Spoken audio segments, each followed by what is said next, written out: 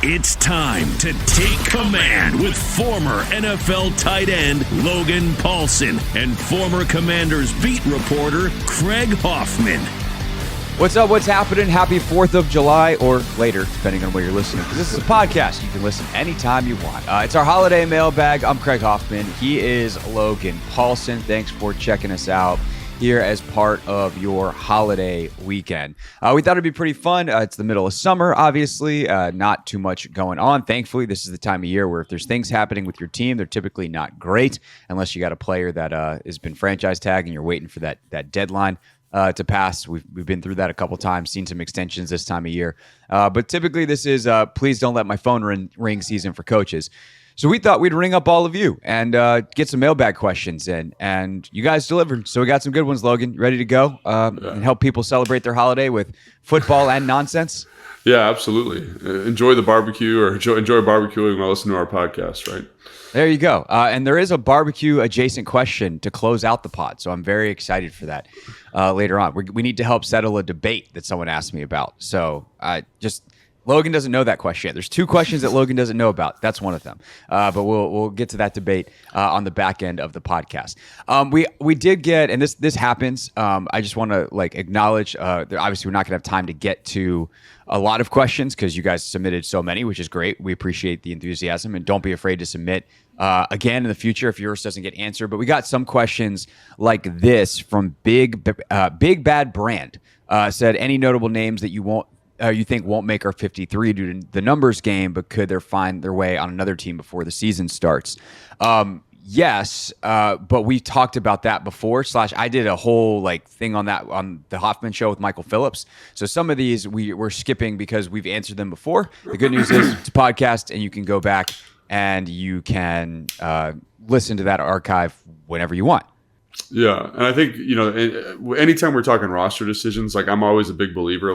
There's guys that look good or bad in the middle of, OTAs and minicamp, but then they kind of figure it out or they regress during training camp. So I always like to kind of save those lists until we're in the teeth of training camp, closer to preseason, just because it's more data points, kind of get you more information. So yeah. So I will say to that question specifically, Michael and I, during the end of minicamp, we talked about groups of guys that will be battling for spots. I think you did a good job on that, actually. So I thought you did thank a good you. job with that. So if you want to go back in the Hoffman Show archive and check that out, definitely worth a listen. I think actually we put that in the Take Command feed as well, because that was when you were on vacation. So you can go back in the Take Command feed and check that out. All right, to the questions, Logan. This one from Wicked Flow, which I'm going to imagine he's from Boston. It's Wicked Flow, dude. Craig, love the pod and the show. Question I have is, you've mentioned previously some of the things about Kliff's previous offense that scares you a bit. Lack of pre-snap motion, not a lot of creativity in routes, heavy shotgun, etc. How do you both feel about the offense so far? Of course, we have talked about this some as well, but Logan, let's do a short version of the summation of what we saw from Kliff specifically in OTAs and minicamp.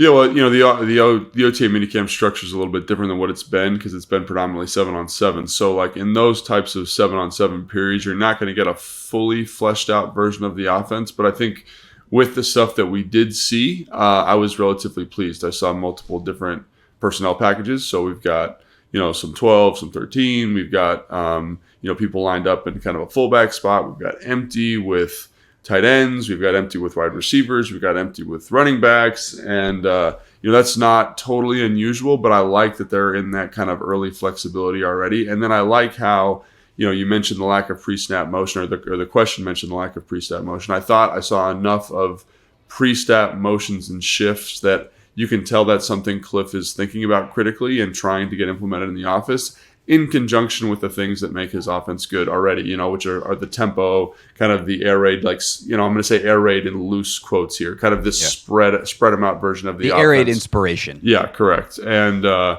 think all that stuff, to me, I came out relatively pleased. You know what I'm saying? But again, it's OTAs. And I think another reason that I was pleased is because Jane Daniels did a good job of executing it, right? And I think all those things kind of working together make you feel better about it, because there were times where I really enjoyed watching Scott Turner's offense, times. And there were times where I was critical of it, obviously. But I look at that and I say to myself, one of the reasons it didn't look good at times was because the person executing the plays didn't do a good job of it. And so now you have a guy here in Jaden Daniels who at least is showing an ability to get that done in conjunction with the pre-snap motion, in conjunction with the screen game, in conjunction with the formations and the personnels. So I'd say I'm relatively optimistic about it. Again, you got to see an offense like when we're doing team periods, when we're doing preseason, when we're enjoying practices, all those different things are super important. But I'd say kind of high level, I'm optimistic and with the right to reserve, the ability to change my decision as we get closer to training camp. For sure. Like, it's the time of year that we're all always optimistic. You just kind of can't help it. Last year, I think we were both optimistic about what EBU was doing. And then we saw how he actually deployed it on Sundays, and we're like, oh, no. Yeah. So that's a great point. that is something, too. Like, they can choose to practice whatever they want on a scripted period in the middle of May. What happens when the bullets are flying? Like, how do you call it? Like, how do you actually deploy those plays? How do you put together a game plan that's specific to the opponent? So there's a lot of factors that are just, it's too early to tell. I will say one thing that I do like that you mentioned is the deployment of different personnel groupings, because you want variety, but you also want some level of sameness, which I realize seems like an oxymoron. But if everything is different, then it actually is telling to a defense as well. If you always are in this personnel grouping and this formation, that means you're running this play, well, then it's a dead giveaway. Like, there is some magic to what Sean McVay did his first year in LA, I think it was, when he was in 11 personnel 90% of the time. And they had like a couple of different formations. They would deploy guys differently. Guys would line up different places, but the personnel almost never changed. So there was no, based off personnel, dead giveaway of what you were doing before you even broke the huddle. And Sean was able to use that to his advantage. Kliff is doing kind of the inverse, where it's like they have a set number of formations. They have like a decent amount, but maybe not as many as some other offenses, but they could run them out of 22, 12, 11, whatever different personnel groupings, and line guys up in different places and create matchups. And all of a sudden you might be staring at the same formation, but as a nickel player, last snap you were staring at Brian Robinson, and now you're staring at Terry McLaurin. And what that means is, who knows? And that to me is like a really, really good quality in an offense. 100%. And I think, you kind of look at, successful like high school offenses, because, like you kind of distill it down to like the simplest version of offense. And like single wing, you line up in the same formation every time. There's very little pre-snap, but it doesn't give the defense any kind of specific tell, right? And obviously you have to kind of make things more complicated as you move up the thing. You see the triple option with the academies in college, relatively the same every single time. And, when you look at Kyle's offense, when you look at Mike McDaniel's offense, they take a game plan formation, and that's kind of what they're running. And then they have a couple different plays off that formation. So like when the defense says, oh, this is the formation we're getting here. They ran a run out of it last time. This time it's a pass, and this time it's a play action, or this time it's a reverse. And to your point, like with the formation, there are defenses that check differently to different personnel groupings. Like just like kind of the simplest example is like, let's say you're in 13 personnel. So 3 tight ends, a back, and a wide receiver. There are teams that'll play only cover 3 to that. Like that's the call, is cover 3, because it's predominantly a run formation, right? So we want to make sure that safety's out in the box, and then you can get into empty with those guys. And all of a sudden you're in your base defensive personnel, you're in cover 3, and you might be running a really simplistic, straightforward concept, but because of of your ability to dictate to the defense, now you have the advantage, even though you're running something relatively straightforward. So I think it's great to see all this stuff from Kliff, and I want to see more of it. I want to see him continue to kind of build and extrapolate on it. For sure. All right, next question from @12thman. What are the important signs of progress we should look for as training camp transpires? Are there certain stages to it? Tackling introduced, things like that. The answer to that part is yes. When the pads go on, so the first couple of days are acclimation days. They'll redo basically some of these mini camps or some of these OTA periods where it's day one installed, you start over. Then the pads come on and you start to build off of that. Obviously, there'll be joint practices and stuff as well. But I think the first question is the most important one, Logan. Like once we kind of get into the throes of it, the pads are on, they're practicing every single day. What are we, and there's only like 5 practices open to fans this year, but for those of us that get to go, what are we looking for to know that this team is progressing towards being ready to play week 1? Well, I think there's a couple things. There's like the macro and the micro level. I think on the micro level, obviously you want to see players developing and progressing with certain skill sets, So, everyone's been talking about Jamin Davis as a pass rusher. Like, what does that look like?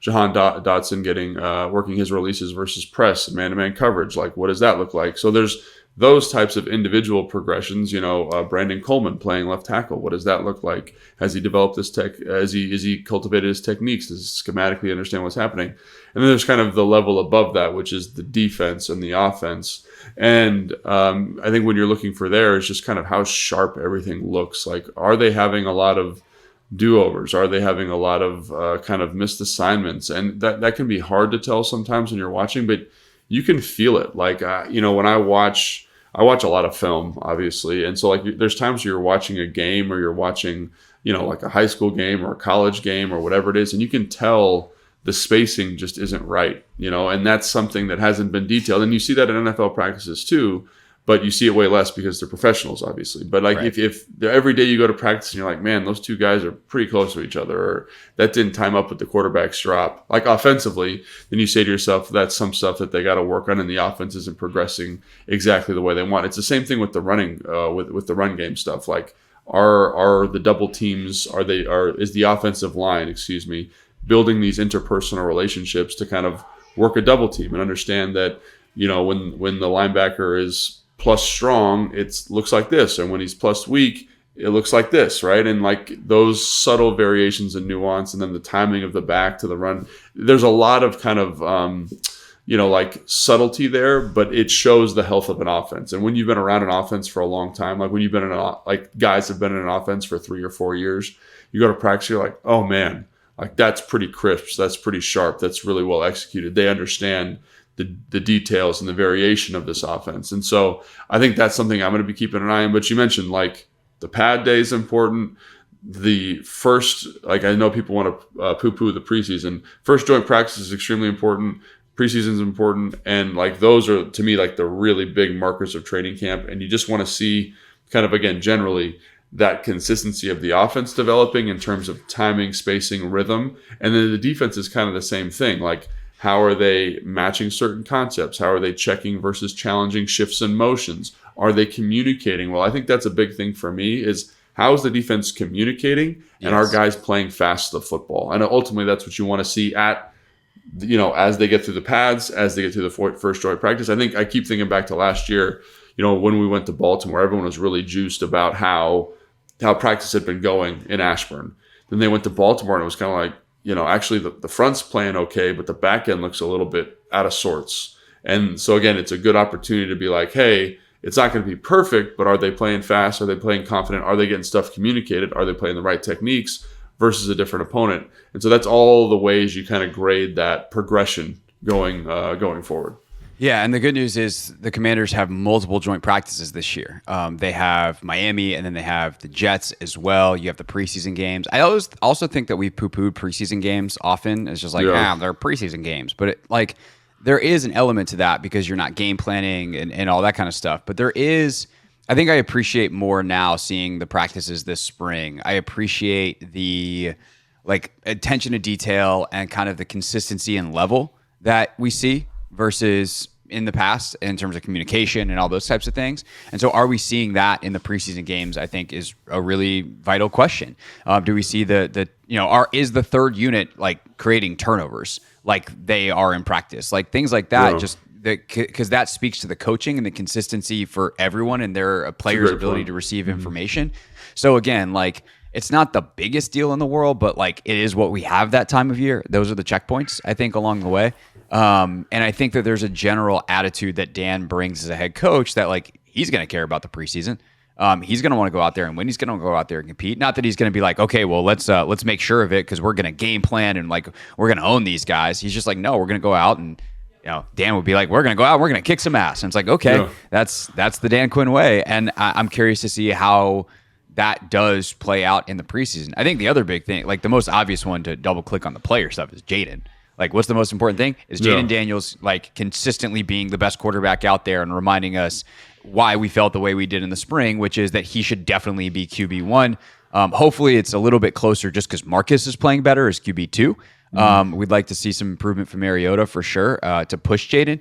Not that he needs the push, but like you'd rather have two good quarterbacks than one. But ultimately, like it does Jaden not only keep the level, but continue to grow and continue to show why he was the number 2 pick and why a lot of people came out of the spring being like, whoa, this kid is different and in a way that's fantastic. Yeah, and I'm glad you mentioned the Jaden thing there, because the other thing that you get to see, like, joint practices is obviously we're working against another team, but there's a little bit, and to be fair, it's a ramp up from just, regular practice. It's starting to get in the realm of feeling like a game, having done it. Like I used to remember I'd treat a joint practice like I would a game. Like that's how fast I'd try to play and how physical I try to play. But then you get to the preseason and it ramps up a little bit in terms of intensity. It does, like for whatever reason. And I think it's because you're in front of fans, you got the lights on, you got the jerseys on. And even though the game plan's simplified, guys sometimes have a hard time with that transition. Some younger guys, and I think you mentioned Jane Daniels, like a guy that I have the utmost confidence in, at least through his offseason process and obviously watching his college film. But you kind of say, like, how is it when the lights are on? Is everything okay? Does he communicate well? I also think about the fact that he comes in early every day and practices the script, right? Yeah. Which is a great learning tool. And ultimately, like, he's ready for practice. But what happens when there's no script, right? Now, you're running the same plays that you've practiced. So he should have the recall. And that's obviously that process worked for him at LSU because look at what he did in the games at LSU. But it is the first time we get to test that at the professional level. 100%. So and I think those are always really good markers. And then generally, if you're going to practice, one of those 5 open practices, like how smooth does it look? How tight does it look? How does the execution look? Are guys running out of the huddle? Are guys confident at the line of scrimmage? And what I mean by that is, like, are they looking around? Do they know the play? Like, all those types of things are really good markers and indicators of where the offense or defense is at. And then, obviously we got the other big markers to kind of help guide that evaluation. For sure.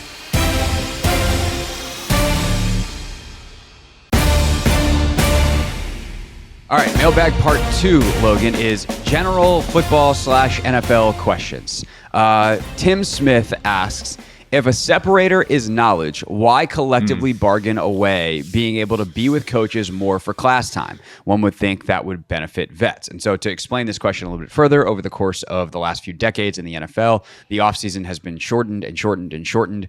There are very strict limits on how much players can be in the building in the offseason. It is something the players have asked for and gotten. Now, there's a lot of complications with that. I'm not going to overset up this question, Logan. I'm merely going to toss it to you for an answer, and then we can get into the weeds. Yeah, so I was actually here, I was playing in the NFL when they did this, when they made this decision, which was 2011 with the new CBA, and I remember everyone kind of came in and presented it as like, oh, this is going to be, kind of by everyone, I mean the NFLPA and then our kind of senior leadership of like the players union. At the time it was like Drew Brees and Jeff Saturday, they were really excited about limiting our exposure in the offseason, which I do think there is value to, right? Because like before, in 2010, if you were in the building working out, a coach could come grab you, hypothetically, from the weight room and be like, hey man, let's go do some tackling on the dummy outside. Go put your helmet and pads on. Like whenever they wanted, you know what I mean? And like, again, that, in terms of knowledge is power. Like, again, it's great to work on techniques. It's great to work on football specific stuff, but also like, I don't want to be beating the crap out of myself if unnecessarily, like right when the season's over, I'd like to kind of get some decompress time and I want to use the facility as I want to use the facility for a period of time just to kind of get away. So I do think like there were people that were definitely abusing that ability to access players, coaches I'm talking about now. And so the senior leadership, these veteran guys were like, well, we want to be in the building less for the offseason. And I remember thinking this at the time, because this was I was going into my second year and I remember talking to my agent about it. And he, in his great foresight, was like, this is going to really hurt young players. And I don't think it's not a coincidence that the older players, motivated by wanting to spend time with family, wanting to get away from the building, they know the offense, they know the defense, they know what they need to know. Like their mental development in the offseason is very limited, and they know exactly what they need to do. Like look at Tom Brady, look at Peyton Manning, look at Drew Brees. Like their offseason process is super locked in, super dialed in. They can have open communication with the coaches, whatever they need to do, because they're veterans, right? The people that it hurts the most are guys like that were in my position, undrafted free agents, guys that are kind of trying to get in that 53 to 40 man of the roster spot there, just kind of fill out the bottom half of the roster, because those are the things that are really important in terms of developing your knowledge. You want to be around the offense. You want to be around the coaches. You want to be around the techniques as much as possible. And I think this is one of the reasons why, and we've talked about this on the show before, you've seen a decrease or kind of a decline in technical offensive line play, is because you've lost the ability to communicate and develop these techniques with these offensive players. And so I don't think it's a coincidence that, it's becoming harder for younger guys to get in the league who are undrafted. And there's a million other reasons for that. The abridged offseason has changed how they handle UDFAs, the NFL teams I've been on, right? It used to be like, hey, here's 10 UDFAs, right? And every team would do that. And now it's like, here's 1, here's 2 of guys that we really have targeted and feel good about, because those other guys, there's no way they're going to make the team. So I think because of how the NFLPA did that initial deal in 2011, it benefits older veteran players because they don't want to be in the building, but I'd say it hurts like 80% of the roster of guys who need technical and tactical development. So that's kind of my thought on it, because I think the question is perfect. It's like, if you could get guys in the building year round, yeah, they'd know the offense really well and they'd be really smart. But the guys that helped negotiate that portion of the deal felt that wasn't important. And to be fair, it was not important to them because of who they are. And that's the stickler here is, you know who's not in the room at the senior levels of leadership of the NFLPA? Young undrafted free agents. Logan Paulson wasn't in there, yeah. Yeah, it's the same reason there's a rookie salary scale. Because you want to know who's not negotiating the CBA? Rookies, guys that are in college right now. Because when they did that for the first time, I think Cam Newton was the first guy who had a rookie scaled contract as the number 1 overall pick. If Cam, while he was at Auburn, had been able to be in the room, he would have been like, hell no, I don't want this. Yeah.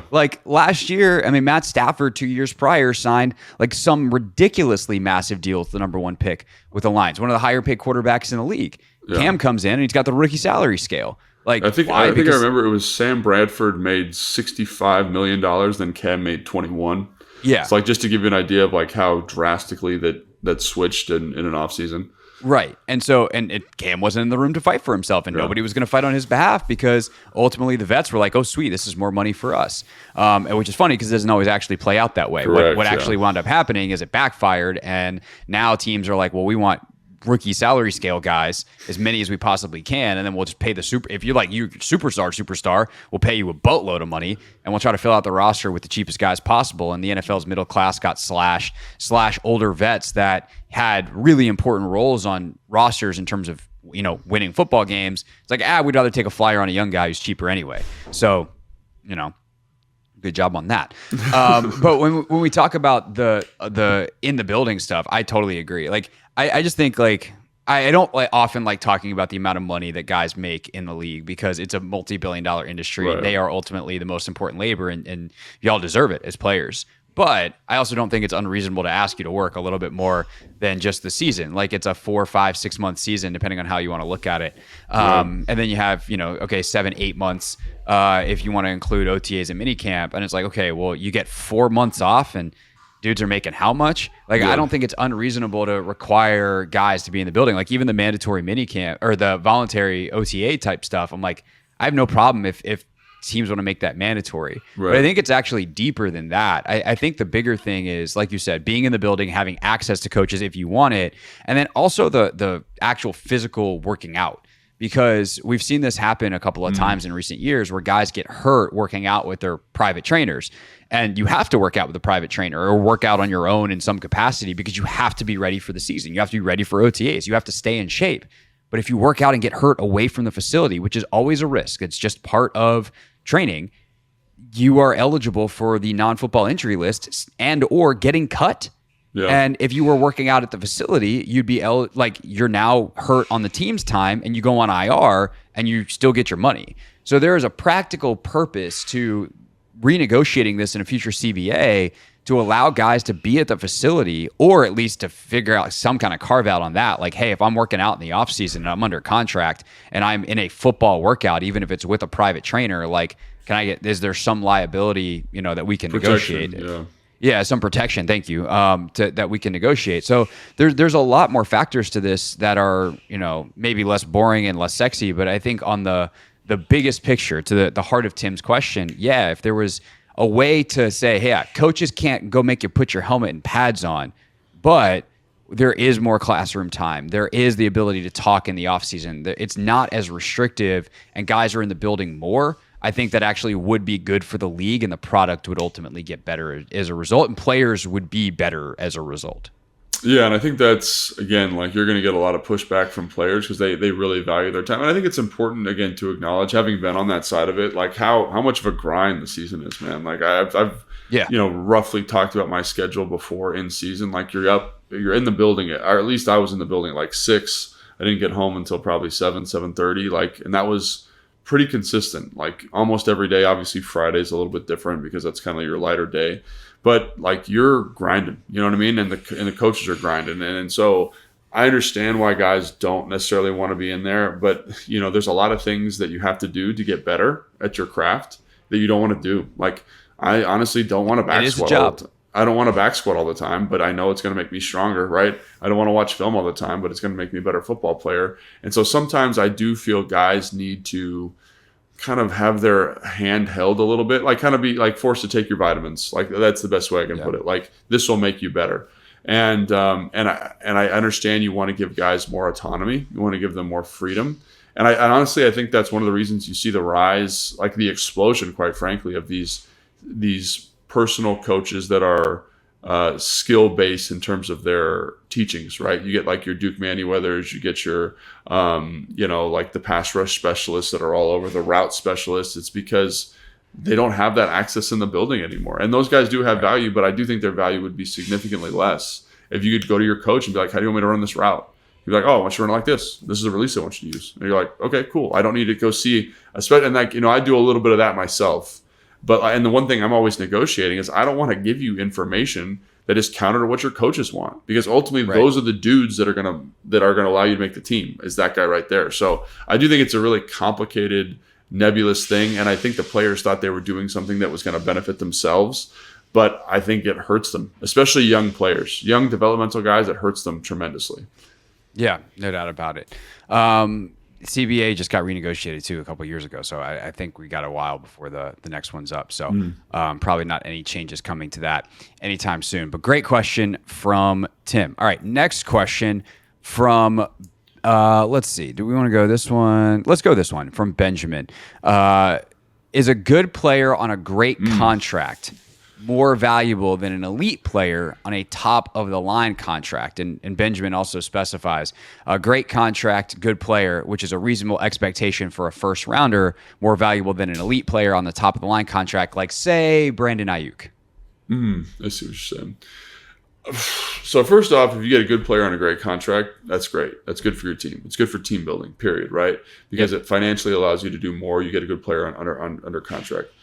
I will say, however, if a dude is truly elite, and this is where you get in trouble, I think, is if a dude is truly elite, then of course you pay him whatever he wants. I think Justin Jefferson is a perfect example of that. Like, he's the best receiver in football. He elevates any quarterback that's going to be playing with him. Like, so, everyone talks about the quarterback elevating receivers or elevating an offense. Like, he elevates that offense in a way that most non-quarterbacks can't. So I'm going to pay him what he wants to be paid, right? You look at the quarterbacks, obviously they impact the game at a high level. Like, you're talking about maybe 4 guys in the league, 5 guys in the league that have this ability to impact you on every single play. You know what I mean? Like, you talk about your Josh Allen, your Joe Burrows, your Justin Herberts, maybe your Lamar Jacksons, and obviously your Patrick Mahomes. You know what I mean? So those guys, yeah, you got to pay them, and because they make everybody in the organization better.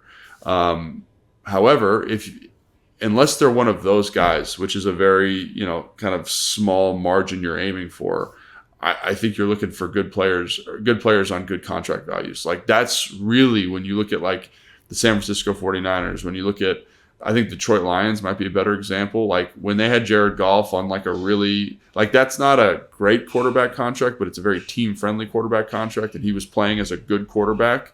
It allowed them to do so much more with the roster. It allowed them to build the best offensive line in football. And now they've extended him. They've extended a couple other players. Watch that roster deteriorate. I think another great example is the Seattle Seahawks when they were on that tremendous run back in the early 2010, 11, 12, whatever that was. Like that team was compiled of dudes on good contracts for good players, and then the second they kind of hit the Super Bowl and hit that playoff run, those guys wanted more money. The roster kind of deteriorated. Russell Wilson, who was a good player on a good contract, became a good player on a bad contract because it was so much money, and it just deteriorates the roster. So you're always kind of walking that line with free agency. And I go back to my original point. If you're a truly excellent player, like, you're going to get paid whatever you want. You're going to set the market, which is appropriate. I think teams screw up oftentimes because they think they've got a guy who's elite, who's not elite, and it hamstrings their roster because they made a mistake.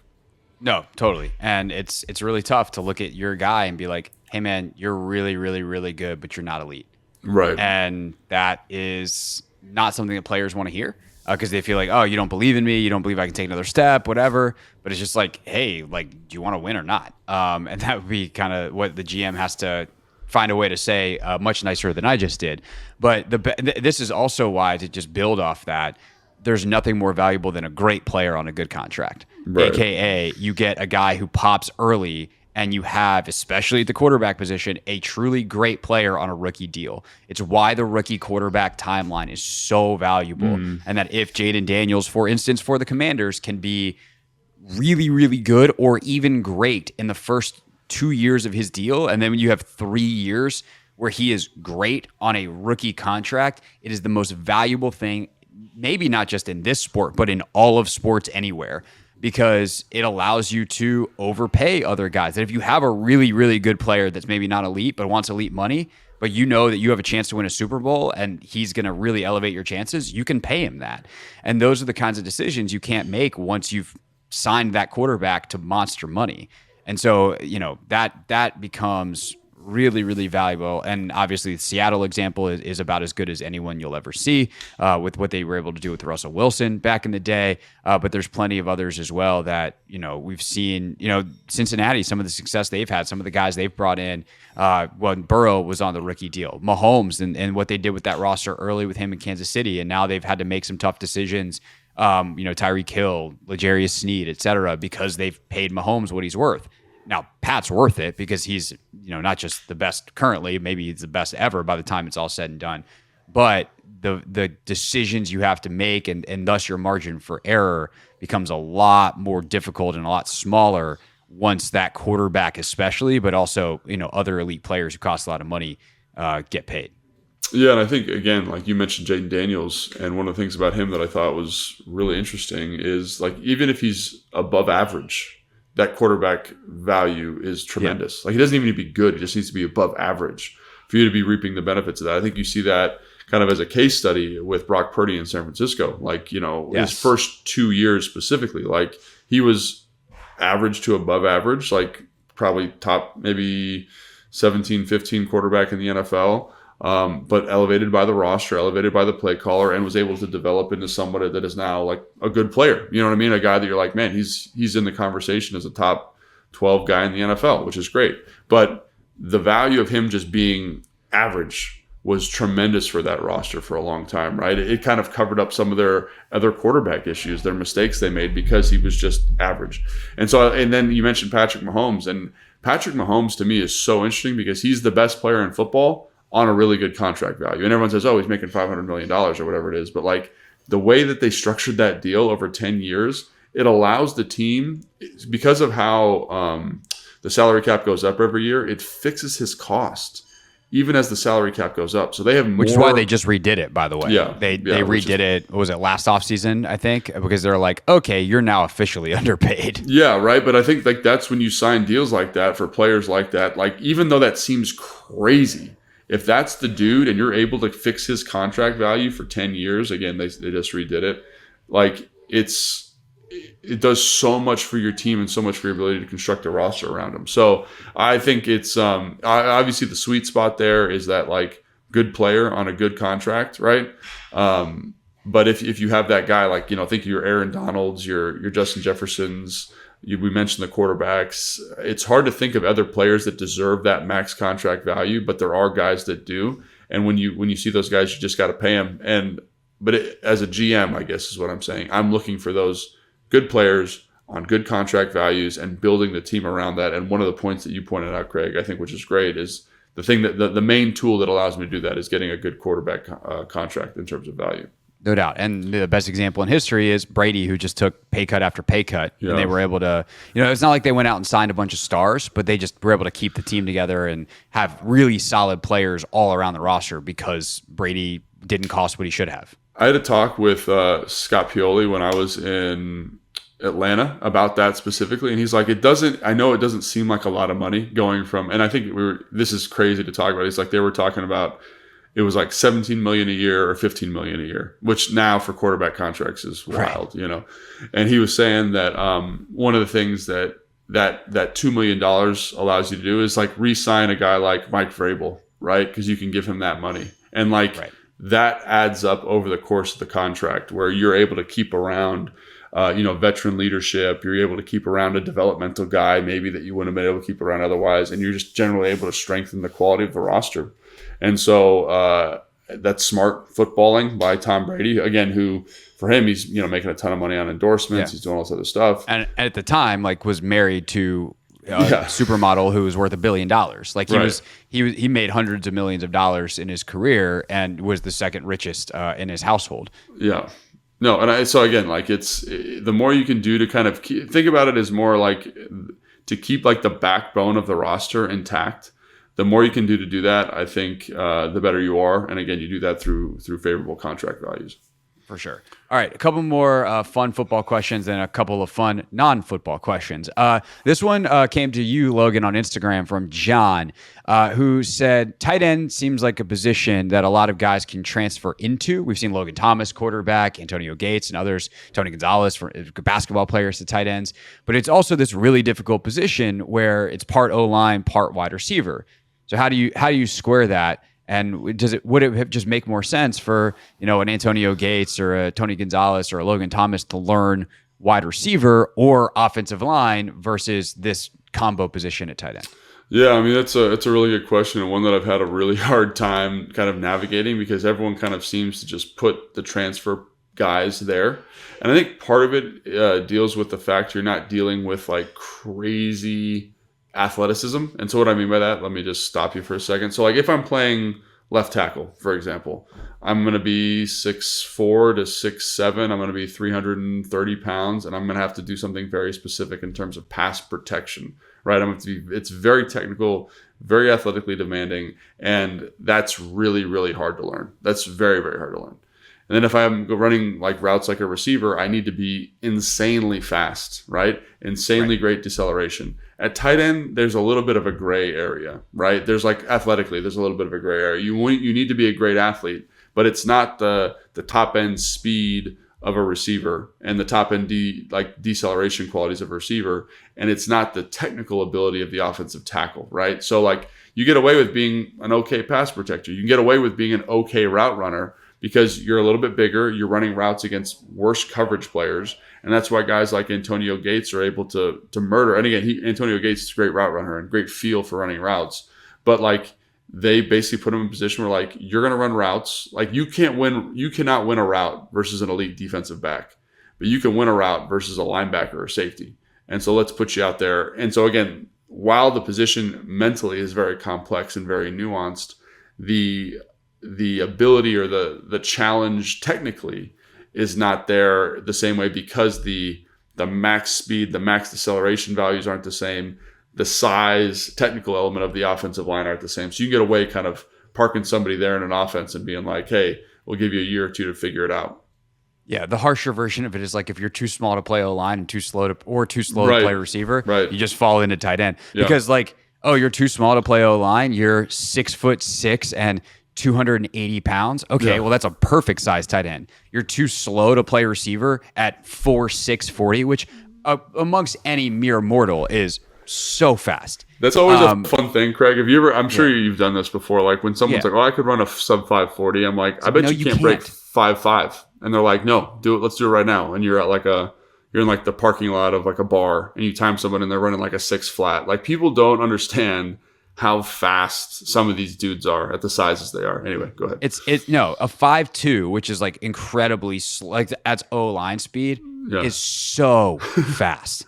Like unbelievable. And especially like these dudes are running laser times, not to get all super nerdy on it, but like it's one thing to do it on your buddy who's also drunk in the bar parking lot. He's a little slow on his trigger finger on his iPhone. Let's get some lasers out there and watch you run a 7.4, buddy.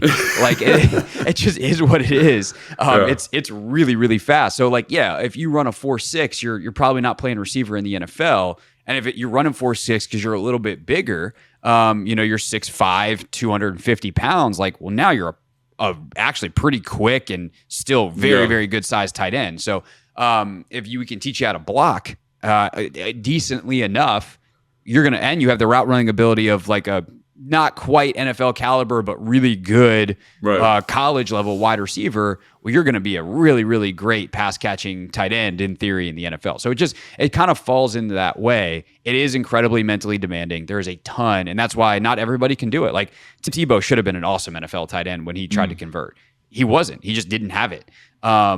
Dude tried really hard, had a lot of great athletic ability, but just it didn't work for him. So it is a real compliment to Logan Thomas, to Antonio Gates, to Tony Gonzalez. Certainly, Gates and Gonzalez are Hall of Famers, two of the 5 best guys to ever play the position.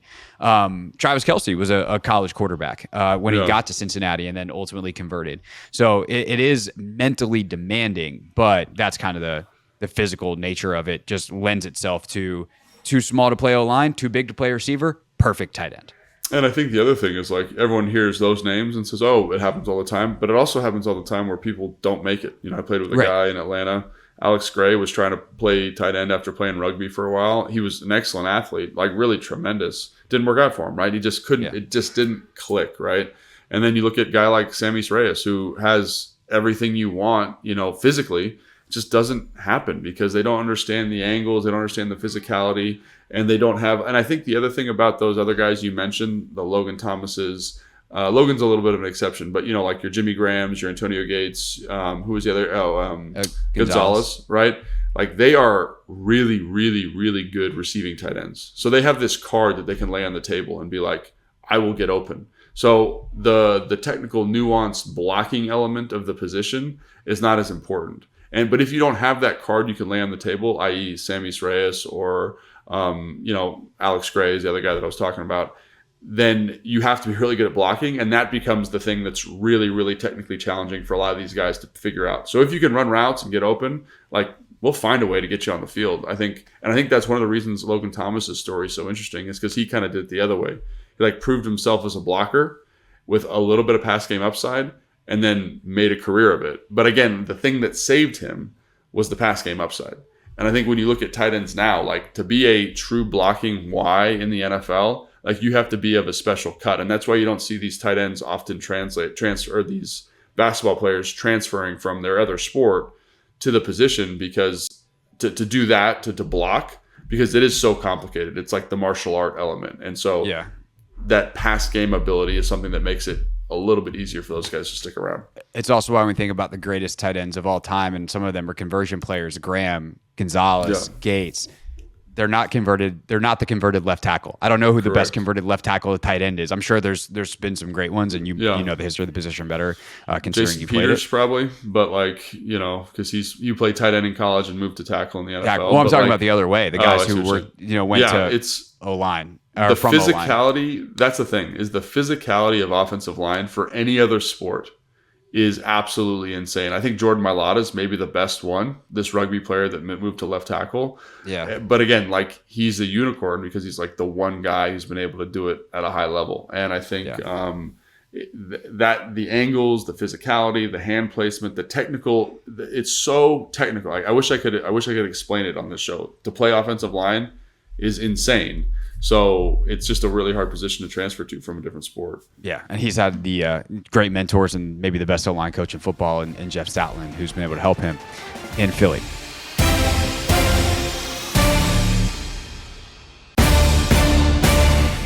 All All right, last couple of questions, Logan. Fun off-the-field questions, although this first one, admittedly, we've gotten this a lot over the couple years of doing the podcast. I've never asked you this. I've never asked you this as a friend either, but I'm going to ask it now, and I don't know whether it's actually fun. But from A_process, how did Logan break his nose?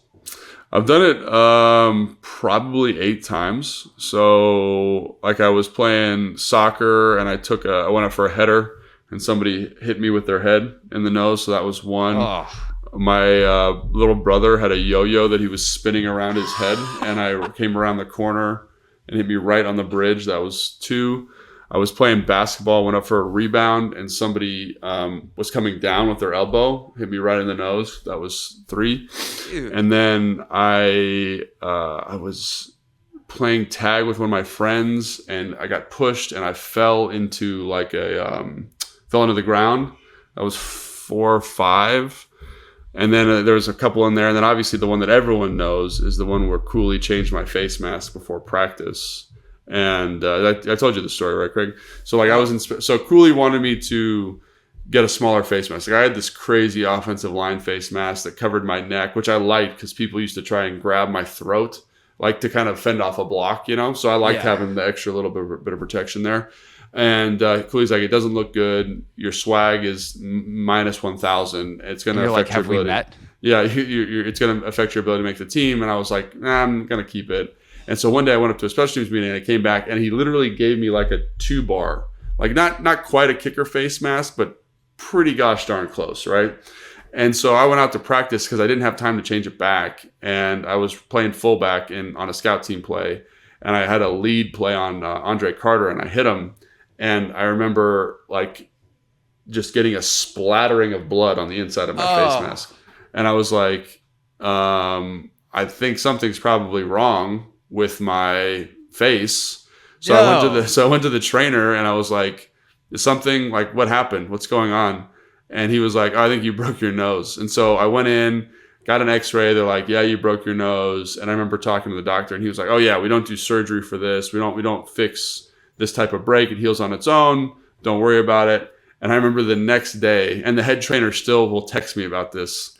Ben Roethlisberger had the same break in practice, diagnosed, via X-ray, and he got the surgery to fix it within 24 hours of him breaking his nose. But basically, they didn't want me to have to miss practice, file an injury complaint, and have to pay for the surgery to fix my nose. So I just practiced the rest of the week with a broken nose, which sounds crazy, but it didn't hurt that bad because I'd done it so many times. So your body's just used to it. So I think that was 6. I'm probably missing 2, but they're all very similar, obviously. I almost regret asking. Really? Oh, I'm uncomfortable. Yeah, no, that stuff I don't. Yeah. Oh, ow. Also, God, old Commanders, old Washington football ethics. Not on the broken nose. Hey, we don't want to pay for your surgery. That's we don't messed do up. them. But I don't know if I would have done it because I didn't want to miss practice. I was an undrafted free agent. I needed to practice. I get it. So I'm not going to knock them. But that was the most recent one that I've done is that one. Ouch. Yeah. Okay. On a much less serious note. Yeah. Disco asks. Disco. We need help settling the debate. It's July 4th. Charcoal or gas grills? Oh. Are you a big grill guy, Craig? Yes, although not currently because I live in the middle of the city in a condo that I don't have access to a grill. My old apartment building, we did have grill access on the top, and they were some really not great quality gas grills. I don't have a lot of experience with charcoal grills. We had a gas grill growing up. Whenever we go back to my parents' house in South Carolina, they like to grill, and I'm like, can I please grill? Because I miss doing it, and the food just tastes great. I do think that there is something to the charcoal grill in terms of the smoky flavor, and it's a little bit different flavor. There's a reason I think most grill masters do the charcoal stuff. Obviously, a lot of them, if you're talking about smoking stuff, you're on wood. But yeah, a gas grill is just a lot easier. I think it's probably safer. I don't know whether charcoal smoke on your food in the long term is the best thing, although it's probably in such small quantities that it doesn't actually matter, like for your long-term health. So yeah, I would say for pure, like if I got to grill something, best taste, charcoal, practicality, functionality, your everyday grill out in your backyard. If you have a backyard, gas is probably easier. Yeah, I was going to say, like, my dad growing up was always crazy dogmatic about the charcoal.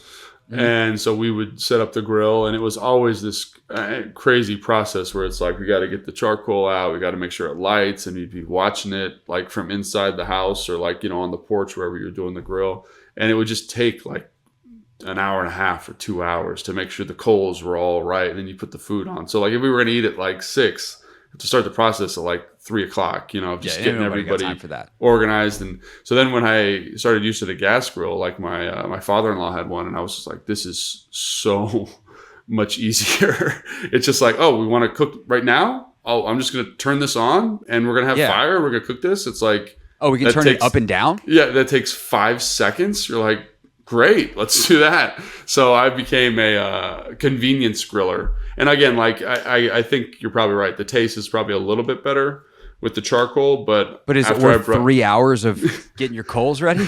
Yeah. After I broke my nose for the 8th time, the taste became less important. You know what I mean? Like the tasting, the palate wasn't quite as refined. So I was like, this tastes just as good. We'll be all right with the gas grill. What's on the Paulson family 4th of July cookout menu? So usually, like, because I'm here, like, usually just come up here with my parents and my brother for the 4th of July. So we'll do like burgers and hot dogs and chicken and stuff like that. Nothing too crazy. If we're feeling really fancy, we'll do like a filet or something like that. But yeah, it's pretty straightforward, and we just make a ton of food because, like, I'm a pretty big guy. My brother's a pretty big guy. My parents get after it on 4th of July. So we make a ton of food and just kind of eat till we're sick, and then, clean up afterwards. Any sides of note? People hate this, but like I'm still like pretty health conscious, even though like I'm done playing. So like I say a burger, but like it's like a really lean cut of meat. Like I don't eat both buns. Like so for sides, it's pretty like it's like there's a veggie, there's maybe a starch. Like I eat plain potatoes. Like you know what I'm saying? Like I don't put it. You know what I'm saying? Like it's so people come here. They're like, they're like, what is going? Simple. They're like, you can't eat, like, you can't enjoy eating a potato with no toppings on it. It's like, I don't enjoy it, but I'm not eating it because it tastes good. I'm eating it because it's gasoline for my body. What's your ability to taste? What does it matter? I mean, that's another great point. Like, so sides. I didn't think those two questions would be related. They are related, very related. But again, so for me, it's like my family, they'll do like, fancier stuff, but I'm pretty like, does this fit my macros? Yes or no? All right, let's keep it moving. Enjoy your food, Coach. Come on. Enjoy food. Food is meant to be enjoyed. It's meant to fuel our bodies and to be enjoyed. Well, you've seen me. I obviously enjoy food. I just enjoy the healthier versions of food. Yeah, I mean, balance. 4th of July, like macaroni salad, point. Potato salad. I like all that stuff. At a barbecue, get some grilled chicken, but like grilled chicken is the best version of chicken. So that's not like let me eat the healthy grilled chicken. Like, also let me eat the healthy grilled chicken on many days a week. But like it is the best version of a chicken breast is a grilled chicken breast, seasoned nice, maybe some kind of dipping sauce on the side if that's your thing. Burgers, hot dogs. Yeah. 4th of July, just keep it simple. Definitely the way to go. I used to grill a lot of steak back. I used to like once a week, or my solo single back in the day diet, if you will, / menu. I'd buy a steak every single week, and I'd pick a night where I'd have a steak and would grill out like 3 or 4 nights a week. I would fire up the grill because it was just as easy as turn it on the oven or the stove or whatever. When I was living out in Reston on the lake in a townhouse that I share with a couple other people. So I would just get home and fire up the grill and hey, this is the way I'm going to cook my food. So that was fun. But now I live in a condo in the city and we do have a grill pan though. Sometimes we'll use the grill pan. Maybe we'll do that on 4th of July. Maybe we'll get some burgers and hot dogs and We'll just use the grill pan on the stove. Is it like I don't know if we have even time for this. What's a grill pan? It has like ridges. Oh, on it's just it it's got like the ridges, like a grill. I mean, a grill's got the grates, so like it's got a rise on it in the pan. I see. So you still kind of get the. It's not like it's sitting in the grease, I you're no longer pan frying it. It's definitely not the same because you don't have like the airflow and the whole deal. Yeah. But you do get a little bit of that. You can get some char marks. It's the best you can do. Sounds pretty sad. Sounds City you're, life, you're man. sad about my sides. That sounded sad to me. Maybe we'll get like a little. I don't know. I'm like, will we get? I'm looking at over here because that's my patio is over here. I don't know if we can get like a little hibachi style grill. Yeah, there you go. Do that on the patio, or are we gonna get kicked out of our condo? Yeah, who knows? I don't want to find out. I do want some burgers and hot dogs though, so maybe we'll figure it out. All right, that's our show. Happy holidays, everybody. Summer version, and we'll see you next week. More countdown / list season. What else we got? We got some guests we've been trying to nail down. So we'll figure out what we're doing. I don't know. We'll talk football. It'll be fun. Join us. Yeah. We'll see you next week. If you like this show, thank you. Hit the subscribe button. It's how it shows up in your podcast feed every single week, every time we publish an episode. Other than that, if you want more nonsense and sports talk, the Hoffman Show podcast available in all the same places that this one is. So make sure you subscribe to that as well. Plenty to listen to over the holiday weekend. For Logan, I'm Craig, and we'll see you next time on Take Command. Thanks for watching this clip of Take Command, which has a brand new home. That's right. You can watch on YouTube at the Team 980. You can also listen to full episodes in the free Odyssey app, which is now enabled with Apple CarPlay. So we'll just, follow you around.